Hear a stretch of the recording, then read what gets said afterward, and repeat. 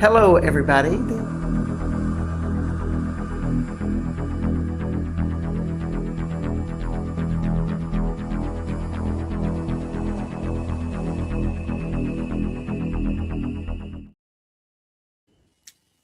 All right, there we go.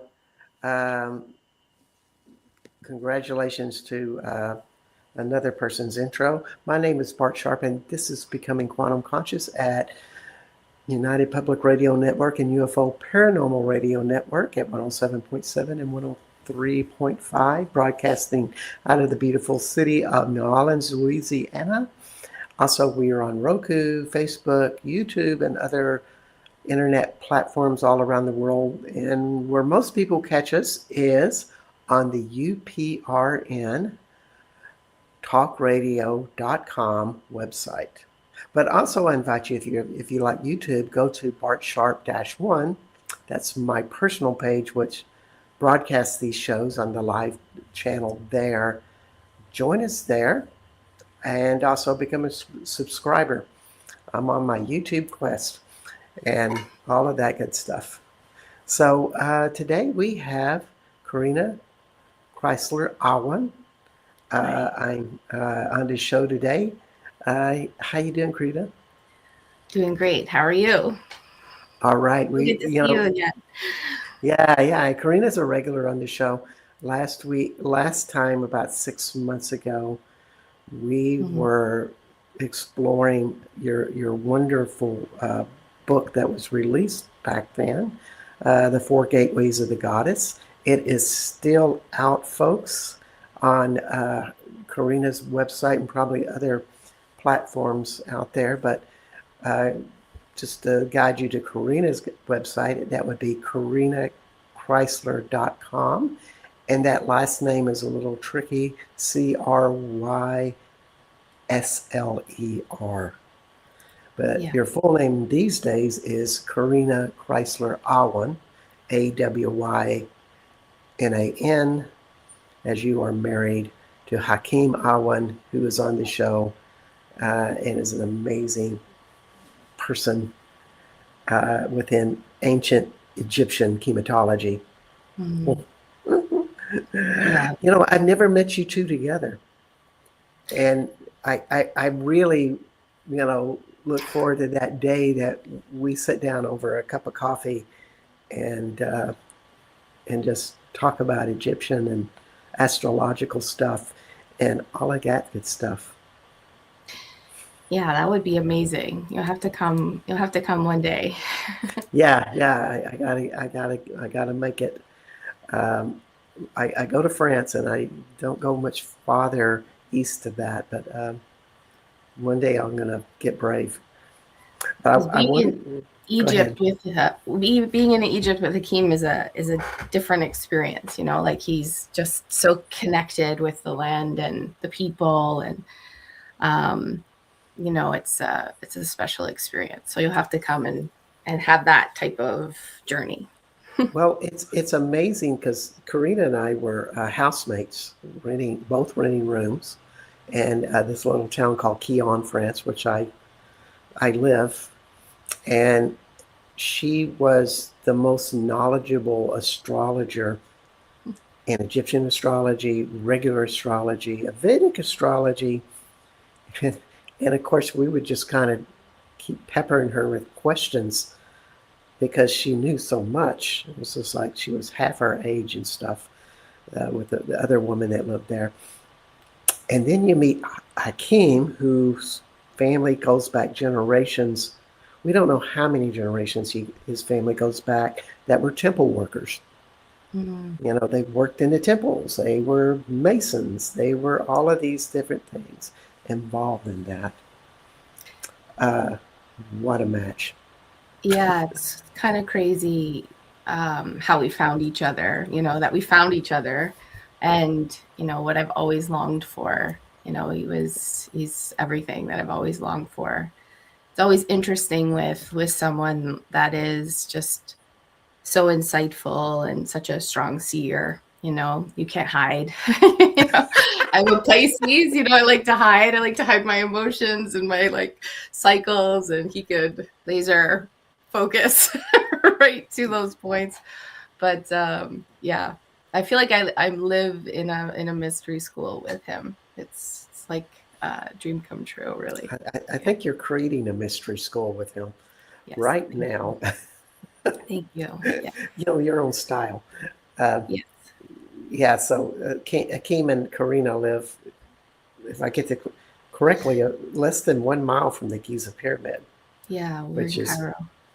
kind of like. Yes, exactly. Yeah. I used to live by the Bugarash, the Peak de Bugarash, the Stargate Mountain, and that's what it was like every morning eating breakfast. That puppy was just Yeah. riveting you every morning. I know we're just kind of rambling here, but That's sometimes okay. that's good. It's who I am. But the pyramids are amplifiers, so you're right. So during the day when there's like, it's flooded with people like that, it's amplified. But at nighttime or in the early morning, the energy that comes from it is about as good as it gets, really. Yeah. Mm. And his grandfather's house is literally right in front of the Sphinx. So you could sit on the balcony and just be like in this expansive sort of beautiful energy. It's very potent, especially when the cosmic energy is really in an initiation type of phase. Yeah. Talk about a karmic meeting. I mean, here you are with all of this astrological information. And Corina is a astrologer of magnitude. Her readings are just powerful.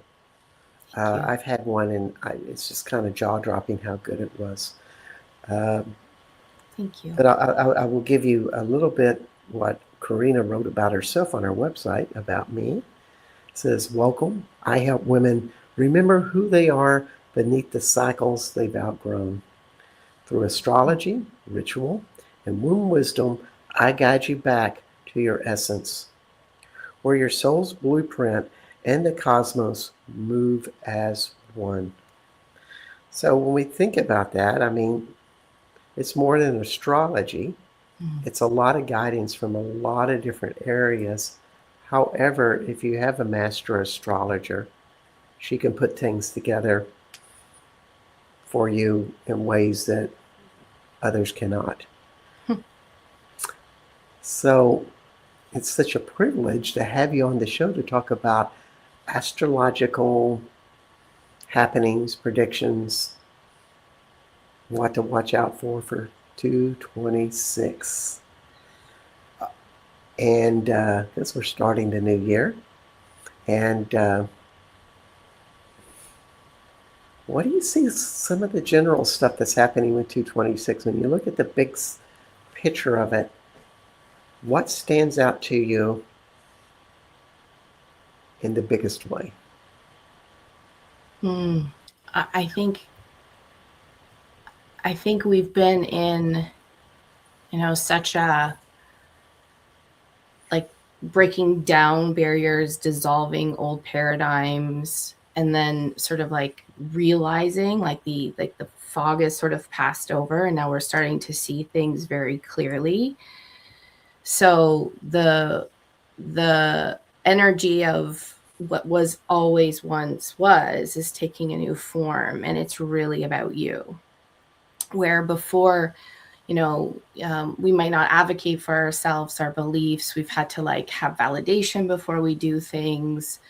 The scholars really kind of like took over everything, but now we're moving into this different type of gnosis and a new aspect of awakening of self. And I think it's really a powerful time that we've really never felt before, about really sort of standing in really who we are, our potential. The things that we've been separated before from are no longer tangible. Like the veil is so thin that we've been creating this bridge between like consciousness and our bodies, and how to sort of use that information in different ways that we've just never had. Are you saying that if you are aware and you put your intentions out there, you're able to connect with the greater collective consciousness in more dynamic ways. It's Yeah, I think also though it's more like an emergence of the individual. You know, it's there's pressure of like this seeding self, as I call it. It's like seeding self in the collective, where you might have just sort of been in the collective before, and now it's this emergence of self within the collective that you possibly have never really had the urgency to have within your own individual rights or truth. So I think this is a very strong time of like the individual, not necessarily seeking like the guru or those spiritual leaders or those political powers or those things that we've always sort of like just adapted to. We are now really kind of grounding into self and seeding self within that consciousness, which I think is going to change a lot of things. wow. That means we're going to let mommy and daddy figures take a back seat a bit and Yeah. step up, go, well, we just got to get our job done ourselves. Yes, absolutely. That agency, you know, for your inner authority is going to feel very different in the beginning of 2026, especially after I think the eclipse in March. The eclipse in March is a big one. I think it's a big pivot for the year. March 3rd. It's a total lunar eclipse in Virgo. And it's a big one to release old patterns, old cycles of pain, past life stories that, you know, still live within, you know, how we operate daily. An eclipse is a portal. So it's trying to change your direction to align with your higher energy instead of your lower energy. So I think a lot of liberation of like the way we've thought about things, the way we feel about things, who we've given our power to, all of those things are I think going to really shift in 2026, and I think it's going to happen really fast. This is not light energy. This is powerful initiatory energy. There's an initiation in 2026 of self that I think, you know, we've never seen this type of energy before in our lifetime. Wow. I know when people start to think about an eclipse, the first word that shows up is intensity in my book. Everything gets more intense. And a lot of people think of that as a negative thing. Yep. However, it's such an opportunity. So traditionally, astrologers say don't do anything on an eclipse because you're working with the nodes of fate. So you succumb to that fate, you know, but that's not necessarily how I would look at the opportunity of an eclipse. To me, the eclipse is like a gateway, you know. It's Nephti's energy in Egypt. She holds the energy of the eclipse, and Nephti's always takes us to the realm that is hidden or feared or unseen so that you can create that rebirth energy. And that's what I think eclipses do. In fact, my tour that I'm doing in February in Egypt, I specifically planned the whole trip to be with Sekhmet on the eclipse. Wow. So all of these women are going to have time with Sekhmet on this eclipse because Sekhmet is very strong Sekhmet energy in 2026. And she is the clearer of the path. She does remove obstacles. It can feel chaotic. It can feel like a lot. It can be angry. It can be messy. But at the end of the day, what burns away, and what's left is actually really alignment. So well, it just seems like you want to be asking such questions as, what is my heart's desire? Yes. Who I am, who am I? Perfect and question. what do I don't know about myself that if I did would change everything about me? Yep. And the who am I piece is always really big. Like we have Saturn and Neptune moving into Aries in 2026. We got a taste of it last year, just small, and then they retrograded back into Pisces, which created a lot of the chaos and liberation and endings that we're seeing now. And when they move back into Aries this month, end of January and mid-February, then we move into this strong initiation energy of who am I? What am I birthing now? What do I want to birth in my life now? But also that because it's working, Neptune and Saturn are very strong evolutionary planets, and they work very differently. One is very about form and one is formless. So we have to understand like what part of ourselves is taking form. And the energy you want to lean into, I think, is that spiritual fire. So that inner flame within us that creates our motivation, that creates our devotion to ourselves, that creates passion, that creates creativity in general, is what we want to fuel. Ooh, that's so juicy. To have your fire that and get a real lock on it and allow it to push you into this wonderful year that's coming up, this energy of huge change, because we all know it's coming. We all know it's here. Yeah. We just take a little bit at a time and absorb it in. And for my question is like, well, when is that big fire or that flame going to really pop out? When? When? When? Yeah. I mean, well, that's just the personal questions I'm always asking, because we, with all of these changes and this, projection of the Aquarian era, we all know more stuff is on its way that's going to surprise us and move us to places we've never known before. So I think, this is the year of the individual. So I think that this is an individual experience, because when we decide to take action.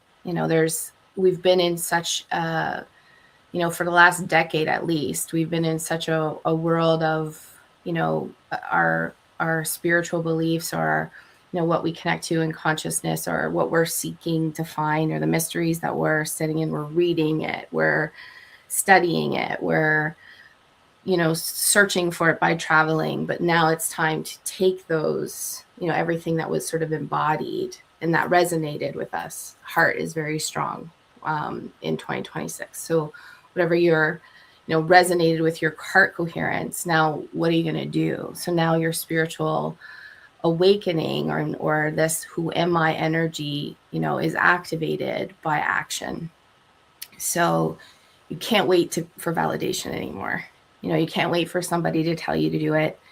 You can't wait for, it's like, it's all about your desire will. So this is going to depend on when you decide to take action on this. But I would say, like, when I look at the cosmic weather in general, usually when the retrogrades happen is when we sort of have a little bit of like the crisis of, where am I going? Like, why isn't this working? You always are coming back to something to refine it or to look at it again. It doesn't have to be negative. It can actually be a very positive experience. But it's usually the retrogrades that influence, okay, like I got to do something, which will be around the summer of this year. So usually the retrogrades, they happen at different times, but the big ones will be between June and November, July and November. So between July and November, I think, is when we're going to feel like that tension of like, okay, I know what I know. I know what I want. I'm going to work on the beginning of the year of releasing what I don't want to carry into this next phase, understand really who I am. I don't know about you, but that's what I'm really figuring out now. Like I have all of these like great outlets, but like, how do I bring them to like really be the foundation that suits me now? Not me 5 years ago, but me now. Like now I'm a mother, now I'm a wife, now I like to spend time with my daughter, now I want to go and research things, now I want to be in the temples and have my own experience, and now I want to like write books and like do different things. So I think the first part of this year is you're still sort of maybe in those old systems or old programs. And then when the retrogrades happen, or the eclipse could do this too, it initiates that, like that spark to want to change. It is so satisfying when you discover things that have such a synchronicity in your life. Yeah. And all I can say is it gives you so much more energy, so much more consciousness. Mm-hmm. One of the things that I use a lot is, and this is a process I've done for the last 15 years, is I use a tarot deck, Rider-Waite tarot deck to be specific. And I look at the deck and think, well, what card really is my archetype? Started out as the Fool, would try anything. Became the Magician, that could create all of these magical stuff. Now it is Strength, the Strength card. And the Strength card is all about being connected to as many energies as possible so that whatever you do just happens with a fluidity. I don't want to say ease, but it just happens with that. And I think, when we think about people saying, well, who am I? You might want to just look at some of the tarot cards and see what is your symbol. Where are you at now? Yeah. Where do you want to be? I often ask this question in my readings when someone is in an unclear state of what they want to do. And it's typically a very hard question to answer, because we associate that question with, like a label most of the time. Like most times a woman will say, if she's a mother, I'm a mother, and yes, you are a mother. It's part of your story. But when you go to that pure core essence, it's usually a different answer. It is. I keep thinking of you as the sun right now as your archetype. And, when you look at the sun, it's like all of these possibilities are flowing around you. But you're the core of it in the sun. It all flows into you and you radiate it out. And there's a lot of joy in being the sun. The joy of having that radiation, which I think is really a lot about 2026 and what you're describing. Yeah, and illumination, right? The sun always is the illuminator. It's the luminary, in the sky, the sun and the moon, but the sun even illuminates the moon. So in that illumination, that's what often brings clarity. And speaking of that, that's Hakim's grandfather used to talk about the 5 phases of the sun. And most of them, 4 of the 5 stages are light.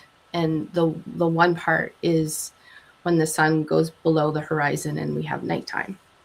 It's still there. We just don't see it, right? And this is in the moon phase. And he used to talk about that we've been in the moon phase for a very, very long time. And to me, when I look at the moon phase, it's very much the lower part of the birth chart. So, which I call the lunar path, because this is like inner world. This is activating subconscious emotions, memories, remembering, all those things. But the moon phase is also when like knowledge is hidden, things are sort of separated. You're creating that the polarity of illumination of knowing things, right? Yes. And he used to talk about right before he passed that we were moving out of this phase and into the Hepler time, which is the scarab, which is the bringer of light or the birthing of light. And that's how I see this year. So his grandfather, as an astrologer, I don't know exactly when we entered the age of Aquarius. I think it was around the end of 2019 and 2020.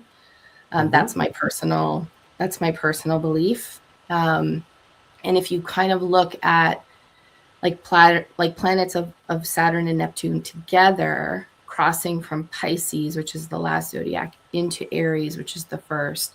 Aries sort of bringing that initiation of light and that new beginning and that rebirth. I think we can really look at it like that's what 2026 is bringing. But from going from that one field to the other isn't exactly easy, right? Talk to any woman who's birthed a baby. It's not easy, you know, or birthing a book or birthing a business. All of these things, you know, present their challenges, and really having to look at yourself and what breaks open, you know, when it happens. And I think that's a high energy for 2026, is this transfer from being like in that moon phase into the Hepler time, and like how do we as individuals birth light?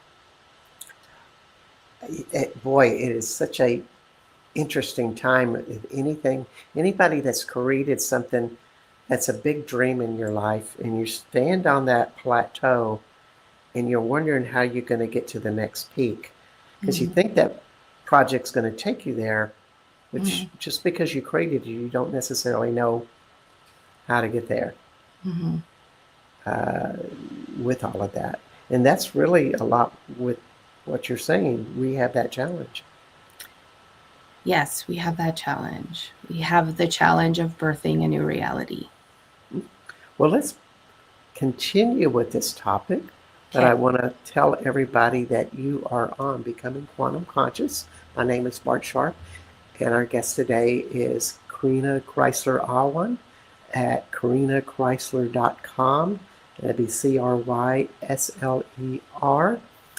And this is also United Public Radio Network and UFO Paranormal Radio Network at 107.7, 103.5 out in New Orleans, Louisiana. And wow, here we are. How many people got that big dream and it's on their platter? And what are they going to do with it?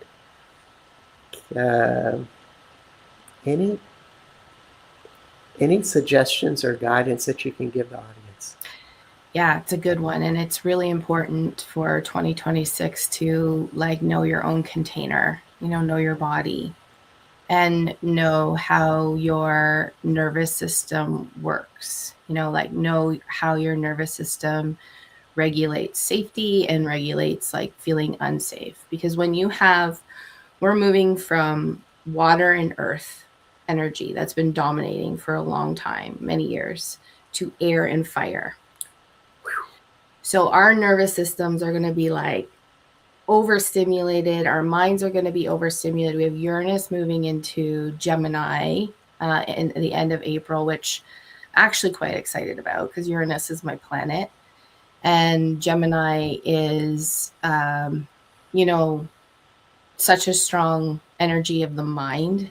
So I think there's a lot to be like liberated on, you know, our like how we have thought about things, how we've communicated, and so forth. But it's going to be very overstimulating. So 2026 is very overstimulating. So if you can regulate the nervous system and the breath and have a very strong container of like how active your mind is, where your mind is taking you, how you talk to yourself, are you comparing yourself to others? Like if you can really kind of create a strong container of thought, of your thoughts, and understand how it is affecting your nervous system on a daily, then I think that this is how we win in 2026. Because we have Jupiter moving into Leo, I think in July, or end of June, Jupiter moves into Leo.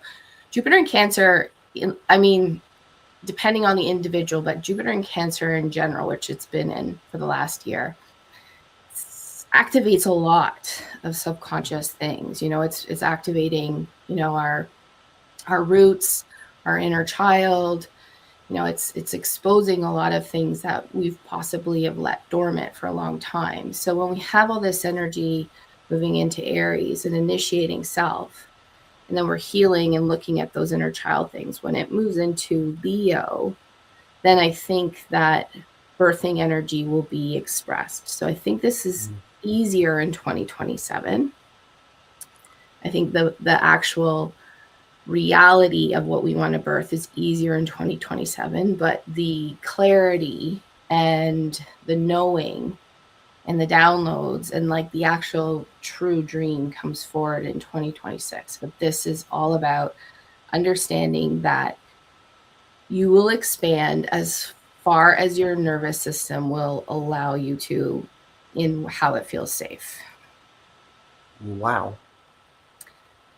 In response to that, I just asked people, and asked you, Corina, if you have a big fear, or like there's an issue that you have with a certain person, or different personality characteristics that really haunt you, you might want to spend the first part of this year contemplating what it feels like to have that fear inside of your body, and learn how to become calm with it, and most importantly, to receive it and accept it as it is, instead of being afraid of it. Yeah. This will get you springboarding in preparation for this dynamic year. Yeah. Yeah, the Aries energy is a lot of courage.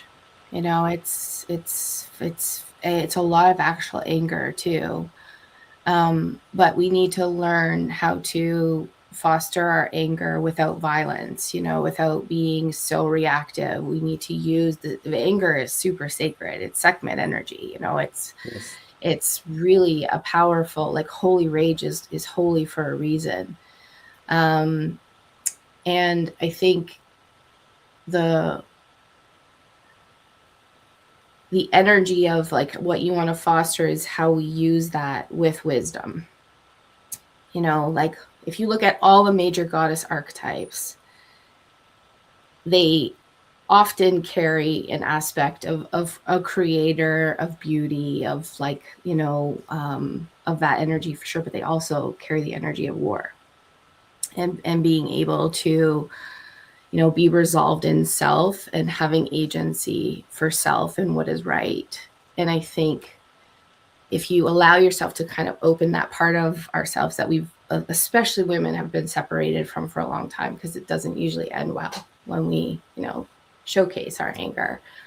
I think if we can open it up in a way that activates the wisdom part, then that safety piece, I think, comes into play a little bit easier. It does. And when you can take that type of energy and resolve it, then it gets to be applied to something else in a greater way. And maybe it's also a time that, we may be really angry for different things that are happening in the world. But this year is seeing it in a different perspective and interacting with it in a new way. Mm-hmm. Yeah, instead of being so reactive, like one of the biggest lessons and like tools I've learned from being in Egypt is, the Great Mirror. What is being reflected back at me that I need to see within myself. And we're working with, Pluto and Jupiter in the mirror. So like that pain piece, or that piece that's trying to activate like our agency within the collective, and like how we want to stand in that collective, how we want to be seen in that collective.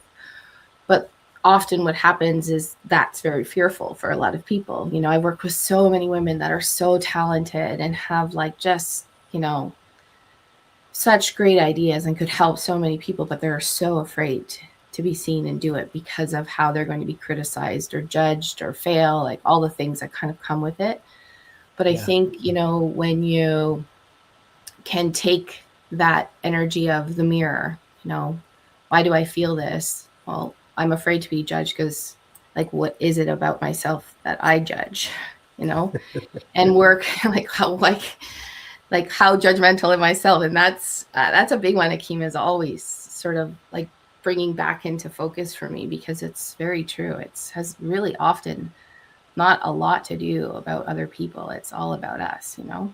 Yeah, how we judge ourselves, or bigger yet, how we fear other people are judging us. Yes. And we do not want to be that person. That one's the one. And if you can get clear on that, then you're open to letting it go. But you have to Yes. understand what that is. Yeah.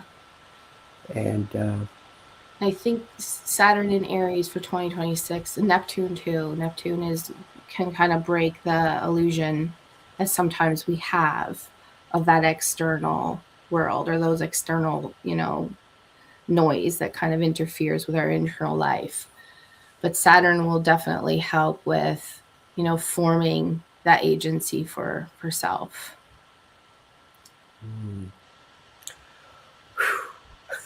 let's take a breath. I told you 2026 was a lot. It's such a big one. And that's what you want to do for 2026 is literally take a breath. Yeah, literally take a breath. And I want to get back to this. However, why don't you would you mind spending a minute telling people what your projects are and what you got out on the plate these days, so they can get in touch with you? You can get in touch with Corina at CorinaChrysler.com. That's Crysler. What's up with you, Corina? Well, I am fostering my book, Four Gateways of the Goddess. I'm actually doing a book club starting on Sunday with Wild Plum Books in California. It's going to be that's going to be a fun thing. Really, because it's really a guide to understanding the evolutionary gates of the astrological wheel. So a bunch of us are going to do this all together, which I think is going to be a lot of fun. I have a Path of Venus retreat in February, the end of February, in Egypt, which I'm very excited for. It's a very good group of women. There's only 2 spots left, but that should be a lot of fun. And then I also am just working on my readings and my feminine cosmology readings. Wonderful. And your other book that was released last year, Four Pathways of the Goddess. But you're having another one come out. That's why I'm getting confused here. Another book coming out, right? I have yes, I've been working on a book for 5 years that I'm laboring right now. I'm editing, finishing the last edits that I hope will be a 2026 reveal. We'll see. It's a beast. I call it my beast. It's a big book. It's 5 years of work, you know, it's 5 years of putting things together. But yeah, that's what I will be doing on my spare time. You know, those type of books kind of make you create a lot of other stuff. Yeah. At least in my own experience, I have a book like that, 11 years old. Never can get it out. Never feels complete. But yet, there's a lot of other things that come along with it, like other books and other projects. And somehow they all work together. So if you get this buddy out, this beast, as you say, it's quite an accomplishment. And it's much like this show, finding out where the blocks are, finding out where it isn't working, and embracing those parts with a certain type of detachment, and moving into it. That's been a whole show so far, kind of in a general scheme. Yeah. And just like, it's time to like just be brutal honest, you know. It's brutal honesty. Like, one of the things I loved about Hakeem, like right away, was he told me I don't hide. And at first I almost didn't know how to like handle it, you know. But now I'm like, when you think of safety, if you want to think of safety in as a theme in 2026, like what makes me feel safe, because it is a year of the spotlight being on you as an individual, you know. That piece of not hiding is quite refreshing and actually makes you feel safe. So it's like, instead of taking those, that's sort of like that Neptune energy crossing over the ascendant into Aries. It's like dissolving sort of those old identities, those old spiritual beliefs, those old patterns, breaking free from the illusion, and then forming into, you know, real essence of self, and not hiding that anymore in your relationships, in your collaborations, you know, in your work, your business, your books, whatever it might be, is, I think, really important. Wow. That's like a super high form of intimacy with Yes. yourself Yes. that goes out to everybody you know, because you come from them from your own source of intimacy. Yeah. And you elevate them. Yeah. And it's authentic. Yeah. Authenticity is a big one for 2026. Like breaking that, you know, those fantasies or those, like, the show of things is going to, it's not going to be sustainable. Yeah. Especially It's with Uranus and Gemini. Uranus and Gemini is like probably going to be one of your favorite energies too, because the way I look at it, I look at Uranus like almost the umbilical cord to our higher self or our higher soul that remembers everything. So when it's in Gemini, it can bring it to the mind. So we've been feeling it, you know, Uranus and Taurus is a totally different ball game, because it's like trying to bring things to the body, which it has. You know, it has activated the remembering in the body, which needs to happen first, but then it can bring it to the mind, and then we could do something with it. So I do believe there's like going to be an activation of like our inner library, our inner gnosis, like the things that we like kind of crave, that we're searching for or seeking for, or we want to connect to. I think that understanding is really going to take form at the beginning of 20. It's going to start in 2026. It's going to be a good 7-year cycle before it goes into Cancer. But it's information, the way we get information that's been hidden, all of those things are going to be topics of 2026, I think. So it's going to be deeper and deeper forms of inner clarity. And what I find with inner clarity is it feels so good. Yeah. In other words, when you jump to that next level, there's a new, fresh energy. There's something that you hadn't seen about yourself before. And it's easy to relish, and it's exciting. But also, you're saying, know. It's like, what do I actually know? Oh, yeah. You know, like my beast, my big book is completely, when it came to me, it was information that I was just bringing. I had no idea where it was coming from, which is why it's taken me so long. Every time I write, I have to make sure my channel is clear. And I had no way of proving, you know, what was coming to me at the time. The interesting thing is, when I met Hakeem and I started talking to him, he's like, well, that's what my grandfather used to teach.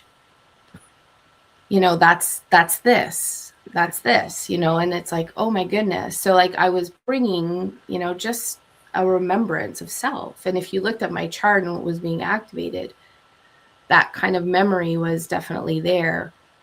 And I think Uranus and Gemini can do that for us. And we have lived in a world where we, you know, respect, you know, a certain format, you know, a certain educational system. And I think those lines might be, you know, that's going to start to change a little bit. We can't take away what we actually know as individuals. You know, there's a reason why there was Gnostics. You know, there's a reason why there was astrologers, the Magi's, like all of those things that had the philosophers that brought in information or resonance of consciousness to change things, to open things up. And I think that's going to be which will feel uncomfortable at first. Uranus and Gemini is not a comfortable feeling. It's the mind connecting to electricity.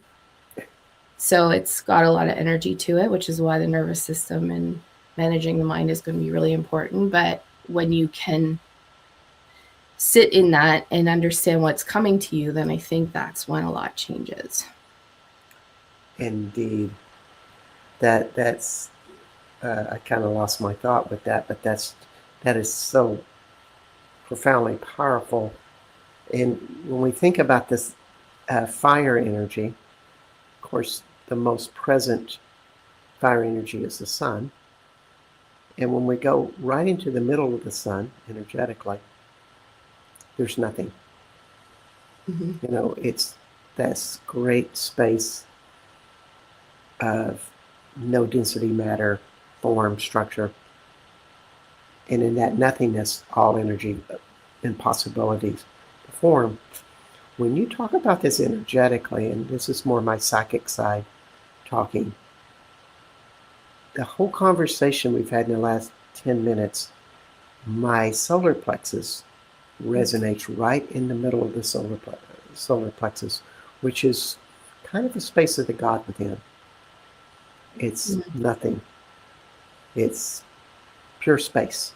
Most people are in their emotions so much they never learn how to function in that space. But we may have some surprises this year.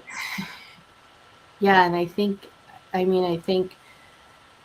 when you work with Neptune energy, which is moving into Aries too, hasn't been there for I don't even know how long, 165 years. The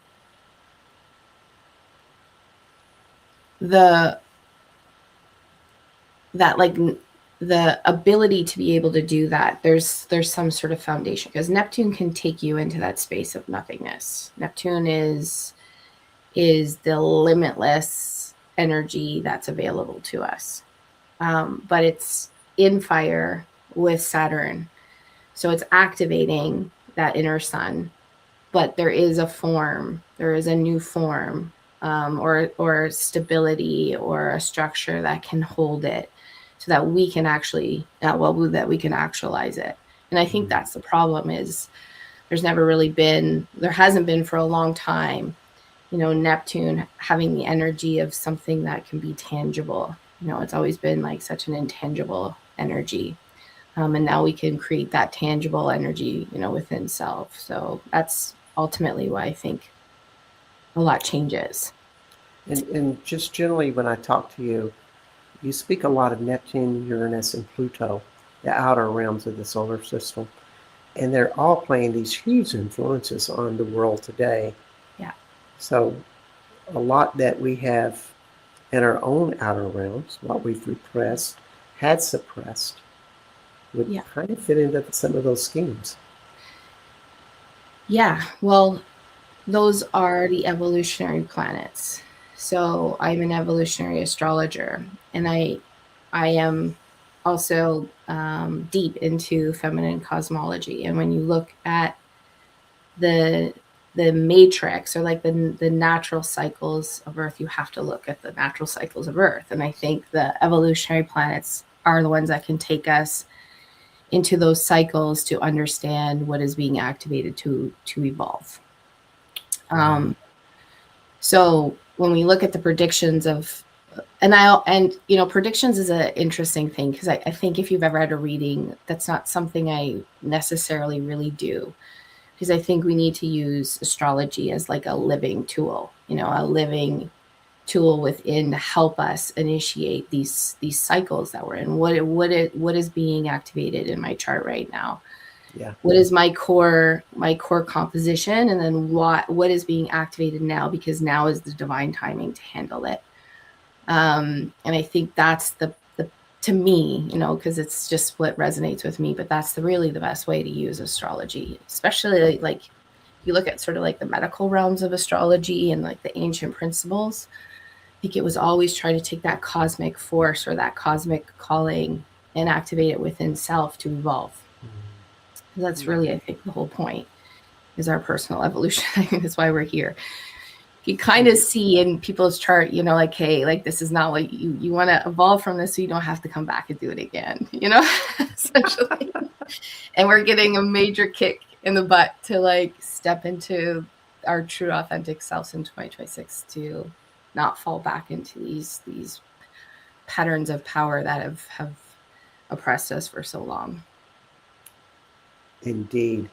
It really brings up a very simple question. I should have asked this in the first show. Why feminine cosmology? Why has that become such an interest, you know, in like one of the centerpieces of your work? Of my work? Yeah.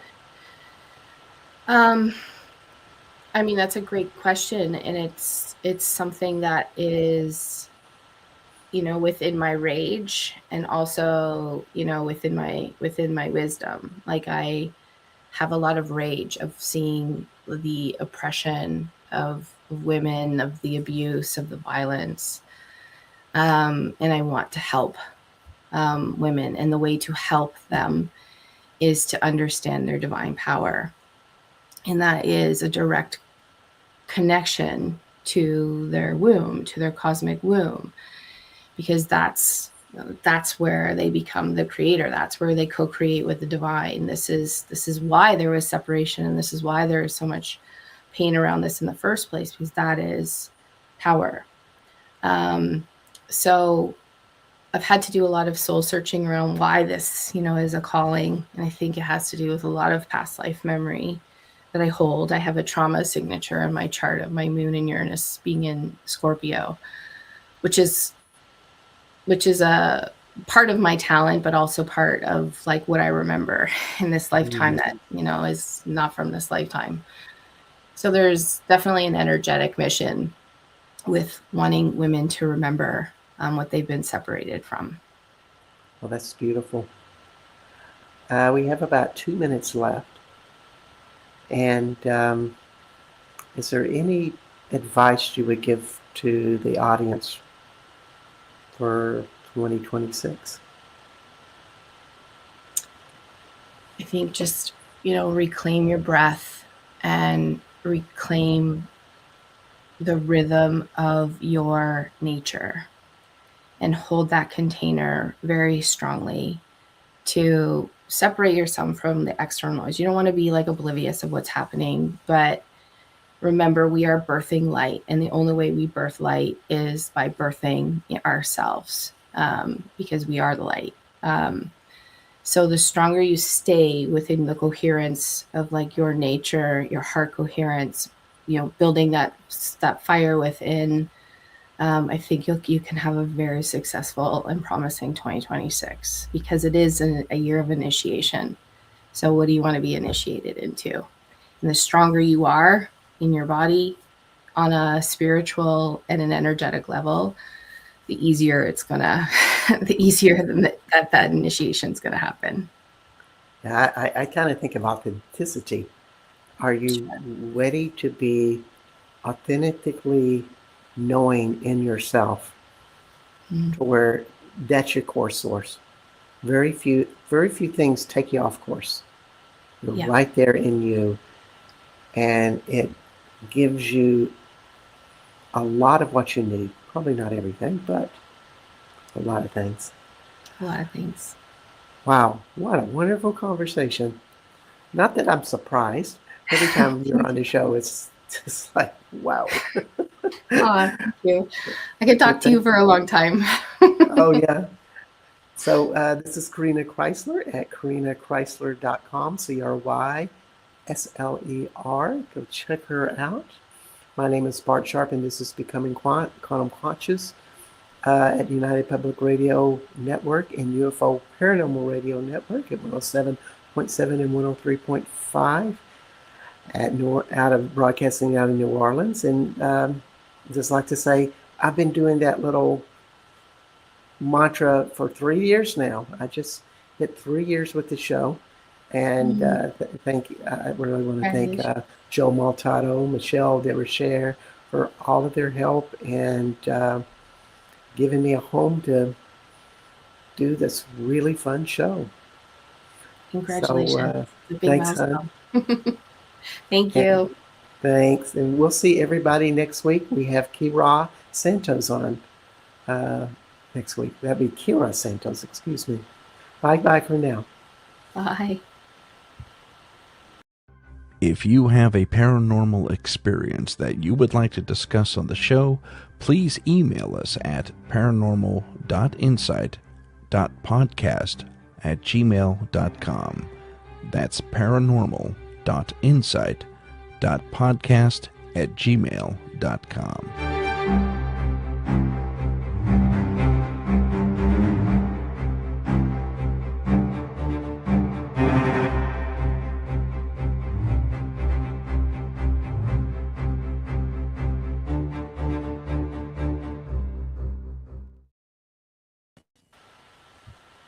All right, Corina.